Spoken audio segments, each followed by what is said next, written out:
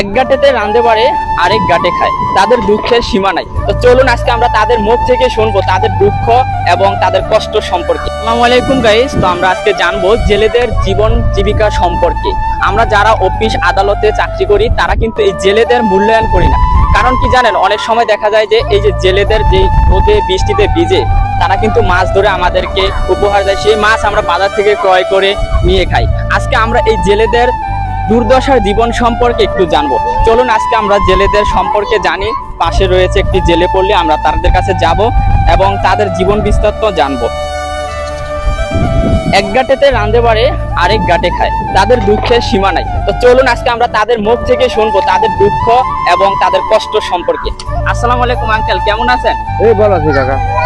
তো আজকে কি নদীতে মাছ ধরতে গেছিলেন? গেছিলাম কাকা। তো মাছ একটা মাছ হয়েছে কাকা, মাছ পাইনি। একটা মাছ পাইছেন? জি। তো কত সময় ছিলেন নদীতে, কয় ঘন্টার মতো ছিলেন? এই 4 ঘন্টা মতো ছিল। 4 ঘন্টা এই বৃষ্টির ভিতরে? জি। তারপরে আপনারা গেছেন, আপনাদের একটা মাছ যে পাইছেন, আপনাদের তেলের পয়সা কি হবে? না, হবে না। না। কত লিটার তেল লাগবে যে 3-4 ঘন্টা নদীতে ছিলেন? এই 5 লিটার তেল লাগে। 5 লিটার। তো আপনারা নদীতে কতজন লোক ছিলেন? আজকাল তো কাকা 5-6 জন মানুষ আছিল। 5-6 জন। 6 জন। হ্যাঁ।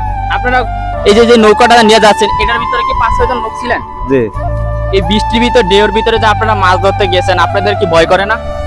বহুত করলেন কি করব কাকা, ফেরে কি করব, কি করব, ফেরে কি করব। আপনারা যে বাচ্চাদের তারপরে যে আপাকে নিয়ে যে মাছ ধরতে যান, তারা কি আপনাদের সাথে সব সময় থাকে? জি থাকে। তারাই।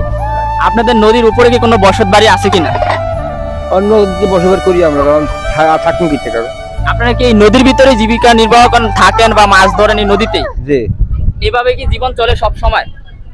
হন এইভাবে তখন না করার কি করা যায় কাকা।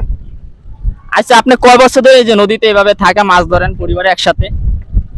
অনেক বছর থাকি আমরা, তো অনেক বছর থাকি। অনেক বছর ধরে।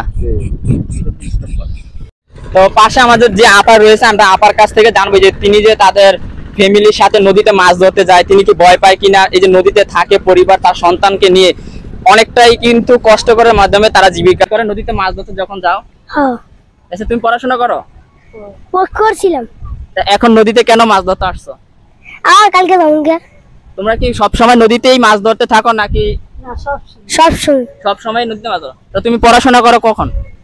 এই আজ 1 বছর ধরে। পড়াশোনা করো না? আসলে দর্শক, এই যে ছোট্ট একটা পিচ্ছিটা আপনারা দেখতে পাচ্ছেন, ও কিন্তু বয়সটা বর্তমান পড়াশোনার, এই বর্তমান পড়াশোনার বয়সটা তার থাকা সত্ত্বেও সে কিন্তু জীবিকার তাগিদে এবং পরিবারের একটু সুখ শান্তির জন্য তারা সকলে মিলে কিন্তু এই ছোট্ট একটি নৌকা দিয়ে প্রতিদিন মাছ ধরে জীবিকা নির্বাহ করে এবং 2-4 টাকা যেটা থাকে সেটা দিয়ে তাদের মানে আয়ের একটা উৎস। এই আয়ের ছোট্ট একটা পরিবারের উৎস দিয়েই কিন্তু জেলেরা জীবিকা নির্বাহ করে এবং কতটা ঢেউ স্রোতের মাধ্যমে উপেক্ষা করে সকল পরিবারে চায় ভালো থাকতে, সুস্থ থাকতে। তো আজকে এই পর্যন্ত দর্শক, আপনারা ভালো থাকুন, সুস্থ থাকুন। আসসালামু আলাইকুম।